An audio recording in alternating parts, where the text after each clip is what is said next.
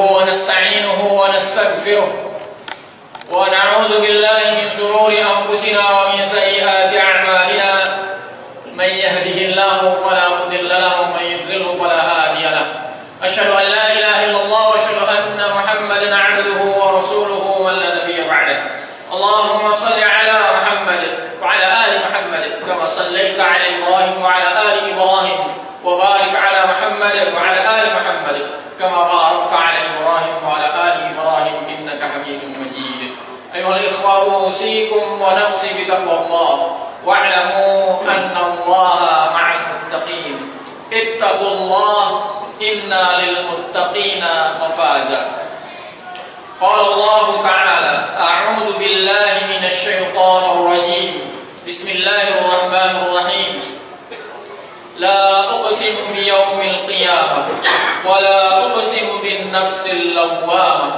أيحسب الإنسان أن لن نجمع عظامه بلى قادرين على أن نسوي بنانه.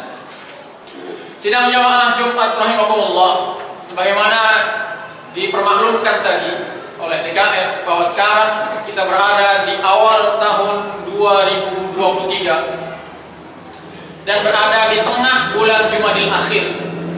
Jumadil Akhir, Rajab, Sya'ban, Ramadan. Sekitar 77 hari ke depan kita akan memasuki bulan Ramadan. Bahkan sudah ada yang bersiap-siap untuk berlebaran pada sekitar 3,5 bulan ke depan. Jika bertambah waktu, bahkan baru saja berakhir tahun 2022, bagi orang Islam di antara yang dia ingat dari bertambahnya waktu adalah semakin dekatnya kita kepada akhir kehidupan dunia. Kiamat. Jika disebutkan kiamat, biasanya orang beji kukusan itu kalau disebutkan kiamat, maka yang terbayang di benaknya itu adalah gempa bumi, tsunami, gunung meletus, berbenturannya bumi, bulan, matahari, bebintang, hancur leburnya semesta alam. Itulah yang terbayang jika disebutkan kiamat. Tapi sebetulnya kehancuran semesta ini, jika yang dimaksud kehancuran semesta, lebih sering disebut dengan kosakata as-sa'ah di dalam nas.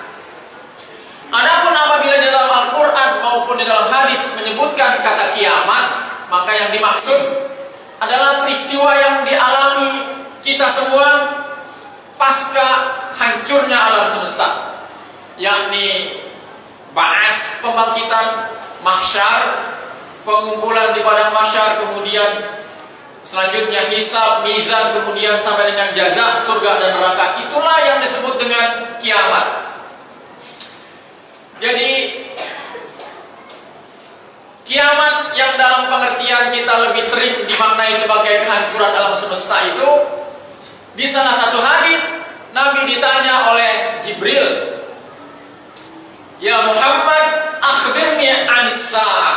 Wahai Muhammad, kabarkan kepadaku tentang hari berakhirnya alam semesta atau kiamat kita sebut.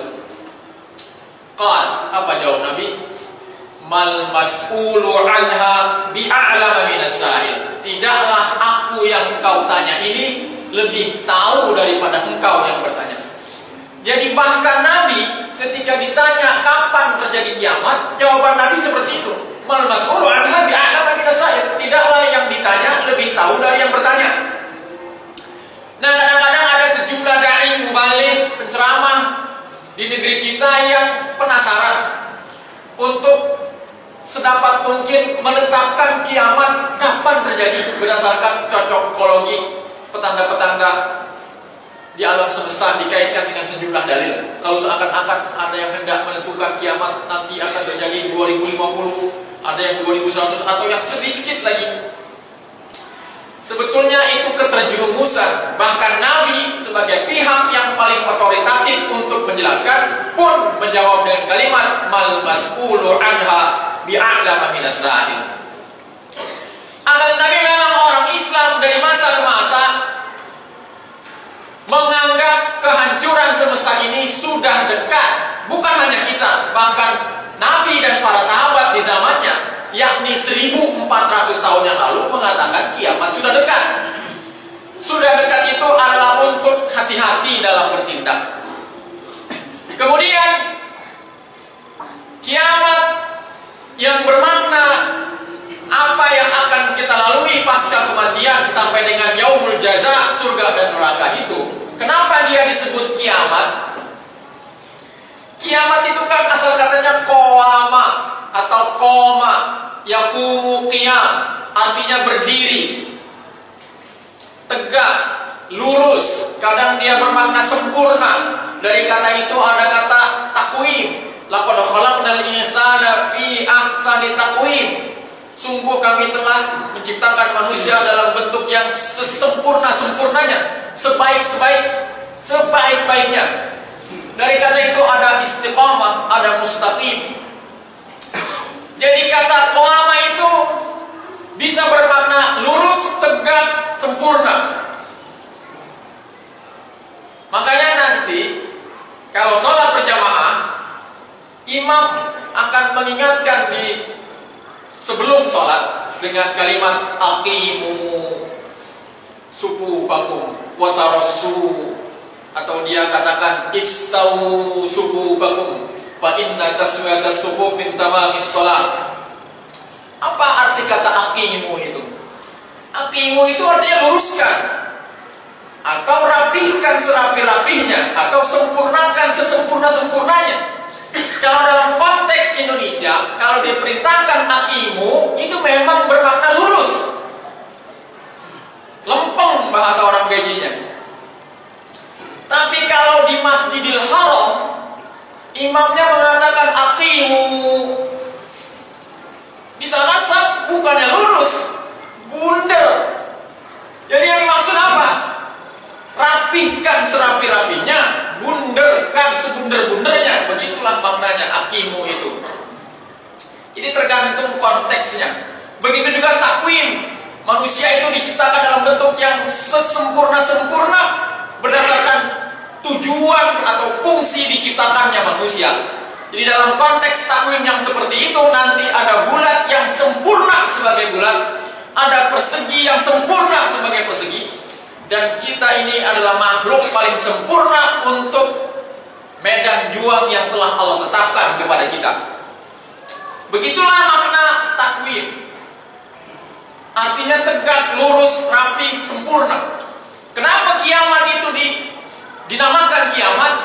Karena pada ketika itu disempurnakanlah balasan atas perbuatan-perbuatan kita di dunia.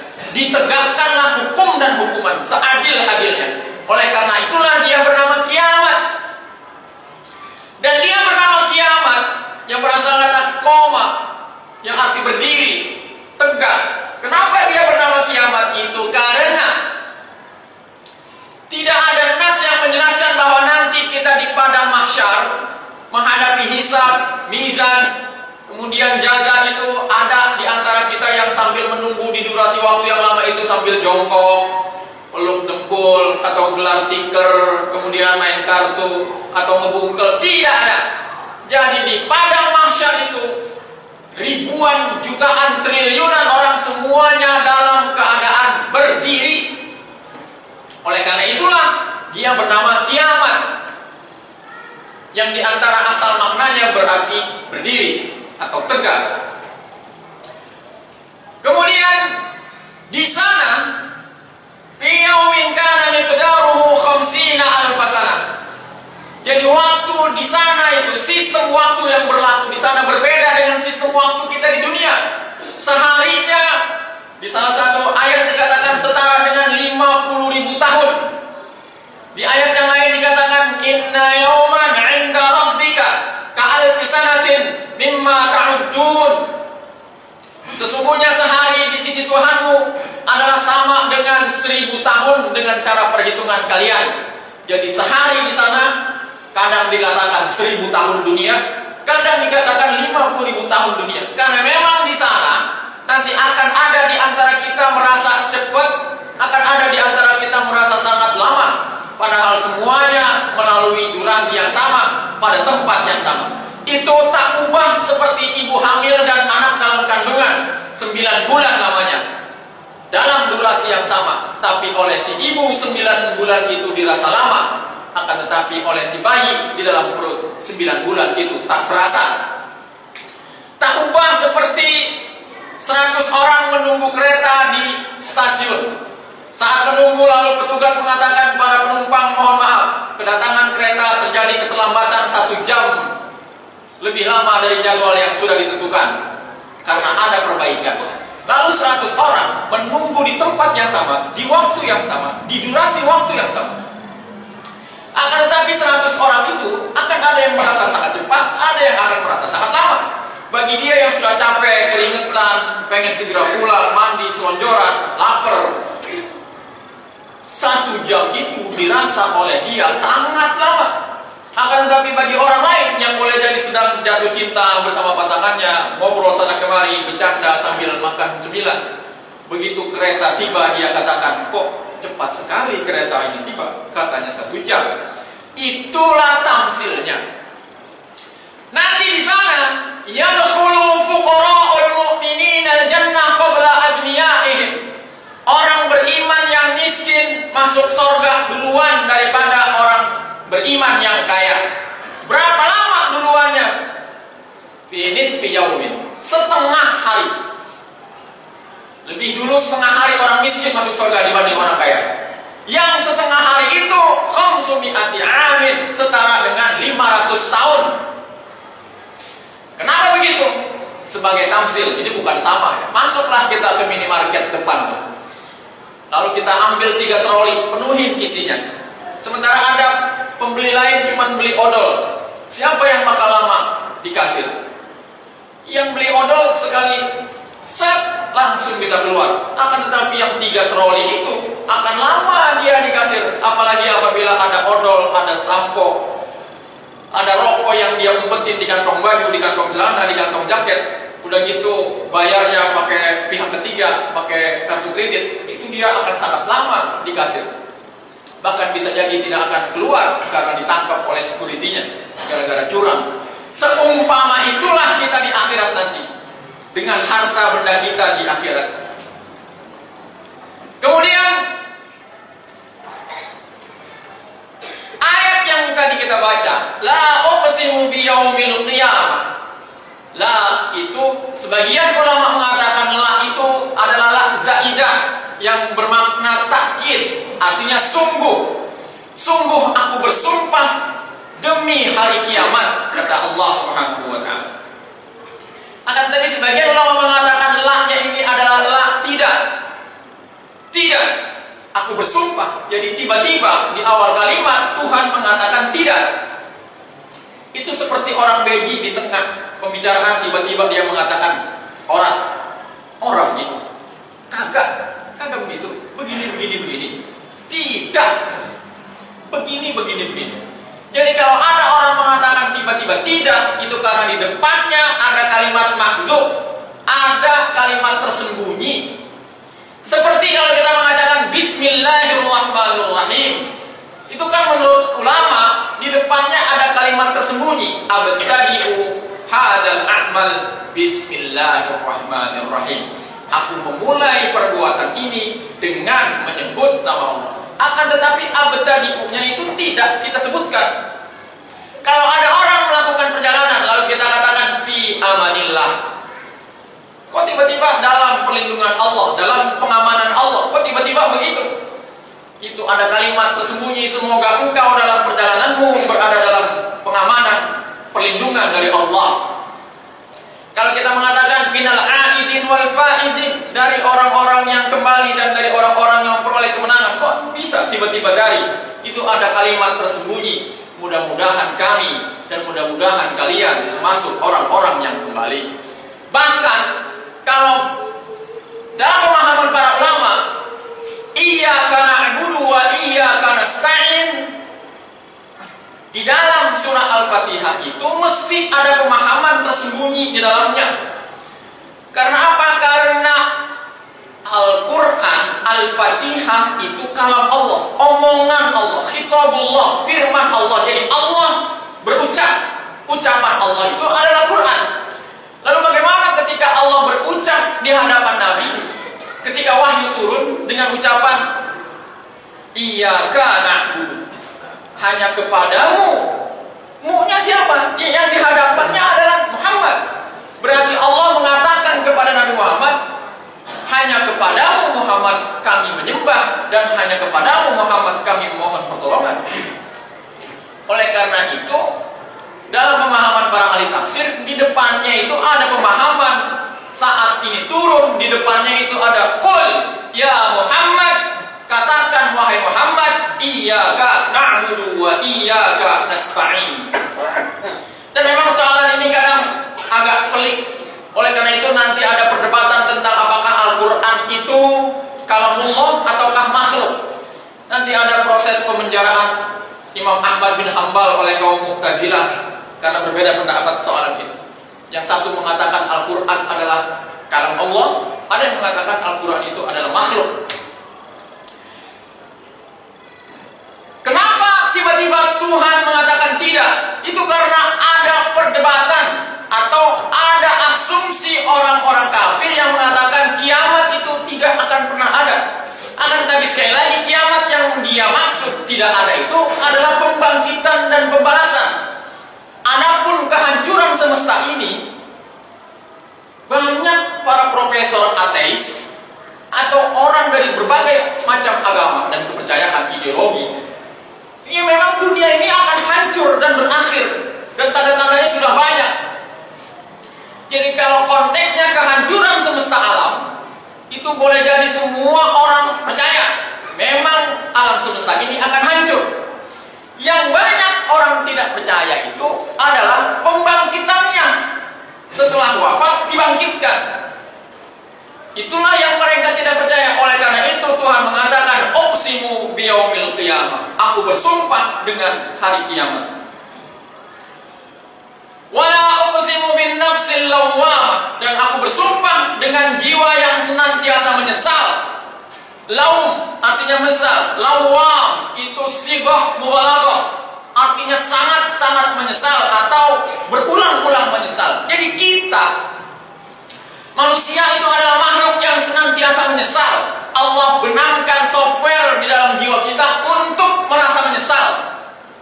Ini yang berada di hadapan saya dan juga orang yang berada di hadapan Anda ini adalah orang yang menyesal. Sebagian kita menyesal, kenapa dulu saya waktu SMA belajar gitu-gitu doang, sehingga sekarang cuma sampai di sini kemampuan saya.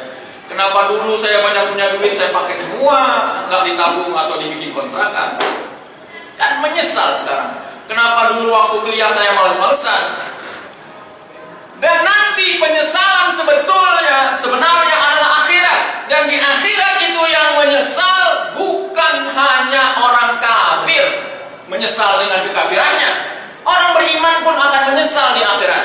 Bagi dia yang rutin sedekah 50.000 setiap Jumat, di akhirat dia akan menyesal. Ya Allah, kenapa dulu saya sedekah hanya 50.000 per pekan? Kalau tahu gini saya akan sedekah 1 juta setiap minggu. Bagi kita yang setiap malam sholat tahajud 15 menit, di akhirat nanti akan menyesal. Ya Allah, kenapa dulu cuma 15 menit? Kalau tahu saya begini, saya akan sholat 3 atau 4 jam setiap malam. Oleh karena itu kita disebut lawwam, orang yang senantiasa menyesal. Dan rasa sesal itu memang Allah tanam kepada kita agar kita tidak berulang salah. Agar apabila kita melakukan kesalahan, kita menyesal. Dengan sesal itu kita tidak mengulang kesalahan yang sama. Dan rasa sesal itu harus dipelihara dan disalurkan sesuai dengan ketentuan syariat. Karena dalam psikologi zaman sekarang, apabila ada orang melakukan kesalahan, misal dia berzina, setelah berzina dia merasa menyesal, murung, galau. Lalu apa yang akan diberikan nasihat dari para psikolog? Sudah, kamu jangan terlalu menyesal dengan perbuatan itu. Jangan lama-lama dalam kesedihan. Tidak apa-apa yang kamu lakukan itu. Banyak orang melakukannya. Jadi perzinahan dikatakan tidak apa-apa. Jangan disesali. Lah kalau tidak apa-apa, dia akan berzina lagi, melakukan kesalahan lagi. Itulah psikologi zaman sekarang. Padahal kalau ada orang berzina dan menyesal, biarkan dia menyesal, pelihara penyesalan itu dan salurkan pada cara yang benar. Lawwam. Ayahsabul insanu allan najma'a 'idhama. Apakah manusia mengira bahwa kami tidak akan mampu menyusun kembali tulang belulang yang telah hancur? Ini dia. Jadi sekarang kan banyak anak muda yang menjadi ateis, menjadi agnotis. Ada yang mereka mengatakan nggak usah sholat, nggak usah puasa, yang penting jadi orang baik saja. Kiamat itu tidak ada, hisab itu tidak ada. Bagaimana mungkin nanti kita dibangkitkan? Itu karena apa mereka berpikir seperti itu? Kadang-kadang kita mengingatkan, saya sudah tahu itu diingetin dulu, tapi tetap ada generasi kita yang menjadi ateis atau berpikir skeptis seperti itu tentang akhirat. Kenapa mereka berpikir begitu? Karena mereka mengukur Tuhan dari sudut kemampuannya. Tulang kok bisa disusun kembali menjadi orang? Bagaimana bisa? Jangankan tulang, jangankan orang. Kalau ada jam tangan terpendam di lumpur selama 3 tahun, kemudian kita temukan dalam keadaan basah dan mati, lalu ditanya kepada kita, kira-kira jam tangan ini akan hidup kembali apa enggak? Ya, orang bakalan. Kata kita yang kagak ngerti jam tangan, tapi oleh orang yang mengerti jam tangan yang sudah terendam 3 tahun lamanya di dalam lumpur itu bisa direstorasi, kemudian hidup kembali. Apabila ada motor Harley di hutan Vietnam bekas perang dunia kedua, sudah ditumbuhi rumput, dililit tanaman, disarang burung, karat, rusak di sana sini, kemudian kita ditunjukkan kepada motor itu, apakah motor ini bisa hidup kembali? Kita akan mengatakan, ya nggak bakal hidup lagi, udah kayak gini. Itu kata kita.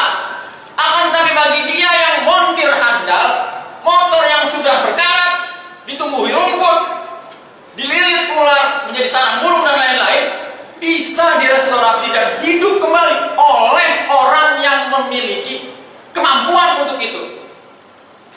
Kadang-kadang kita mau menilai Tuhan dari sudut pandang kita. Ya kalau sudah jadi tulang sudah menjadi tanah, bagaimana bisa dibangkitkan kembali? Kalau ahli jam asap bisa menghidupkan jam kembali, kalau montir motor aja bisa menghidupkan motor kembali, apalagi Allah Subhanahu wa Ta'ala sebagai montirnya manusia, sudah pasti bisa membangkitkan kita. Kadang-kadang kita membutuhkan keajaiban untuk percaya kepada Tuhan. Ingin melihat ada orang bisa berjalan di atas air, ingin melihat wali yang bisa sholat di atas pelepah daun. Norak gitu. Keluar biasaan itu senantiasa kita saksikan setiap hari. Kalau sekiranya tidak pernah di antara kita melihat telur, seumur hidup tidak pernah kita melihat telur, lalu datang seorang membawa telur kepada kita, dipecahkan cangkangnya, dirujukan isinya cairan, sebagian bening, sebagian kuning. Lalu dikatakan kepada kita, benda ini kalau dihangatkan selama 21 hari akan berubah menjadi makhluk berkaki 2, berbulu, bersayap, bercocok, bisa lari sana kemari. Kira-kira kita bakal percaya atau tidak? Mana bisa cairan di dalam cangkang menjadi makhluk berkaki 2? Jadi peristiwa telur menjadi pitik anak ayam itu keluar biasaan. Hanya saja kita menganggap remeh karena senantiasa kita saksikan. Bala qadirina ala an nusawwiya banana. Bahkan kami, kata Allah, sanggup menyusun kalian. Jangankan hanya menyusun tulang belulang, bahkan sampai ujung-ujung jemari kalian akan tersusun kembali sempurna sedia kala. Dan kita tahu setiap orang ujung-ujung jarinya memiliki sidik jari, yang semua mereka yang hadir di masjid ini saat ini tidak ada di antara kita yang sidik jarinya sama satu dengan yang lain. Yang orang di seluruh Depok tidak ada yang sidik jarinya sama. Tidak ada orang di Indonesia, di seluruh dunia, dari zaman Nabi Adam sampai dengan masa kita, sampai dengan anak cucu keturunan kita yang jari jemarinya memiliki sidik jari yang sama. Sidik jari adalah identitas alami yang Allah berikan kepada kita. Oleh karena itu, apabila ada orang tua tidak bisa tanda tangan, maka dimintalah cap jempolnya. Apabila kita lulus sekolah, maka dimintalah kita cap 3 jari. Itu karena apa? Setiap orang memiliki susunan sidik jari yang berbeda. Jangankan menyusun tulang belulang, menyusun kalian yang berjumlah miliaran orang itu, seluruh jari jemari dan ujung-ujungnya yang setiap ujung jarinya ada sidik jari disusun kembali sedia kala. Allah mampu. Bala qadirina ala an nusawwiya banana. Jika demikian, maka apabila bertambah waktu, yang mesti kita lakukan adalah bertambah taat kepada Allah. Jangan bertambah waktu yang kita lakukan bermaksiat dengan membakar mercon, kembang api, mubazir, bergadang, kemudian sholat subuh terlewat. Bertambah waktu, akan tetapi tidak bertambah ingat kepada Tuhan. Tidak ingat bahwa bertambah waktu semakin dekat kepada kematian, semakin dekat kepada kiamat, semakin dekat kepada penyempurnaan balasan. Barakallahu li wa lakum fil Qur'anil azim. Wa nafa'ani wa iyyakum bima fihi minal ayati wadh dzikril hakim. Wa taqabbal minni wa minkum tilawatahu innahu huwas samiul alim. Aqulu qawli hadha wa astaghfirullah li wa lakum fastaghfiruhu innahu huwal ghafur.